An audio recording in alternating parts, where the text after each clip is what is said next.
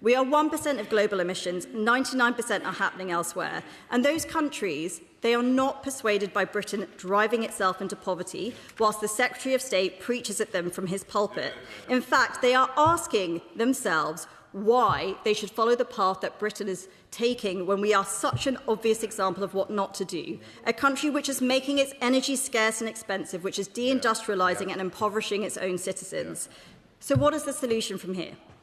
First, we must reject decarbonisation by deindustrialisation. That's why we must measure the offshoring of emissions, get rid of the unilateral carbon tax and stringent targets killing off British industry by repealing the Climate Change Act. Second, we have to make electricity cheap. Just 10% of our emissions are in the electricity system. The vast majority are in transport, industry and buildings.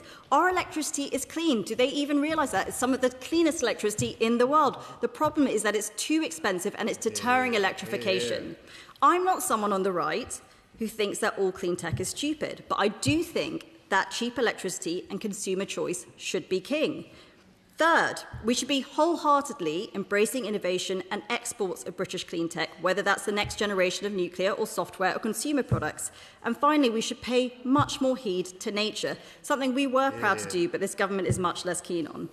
Funnily enough, they are much more attracted to net zero than nature, perhaps because the former gives them unlimited powers to dictate to people what they can and cannot do, and to tax people who do things that they do not like. That is, after all, a socialist dream. But I would bet everything that our approach would be better for the British economy and it would be better for the environment too.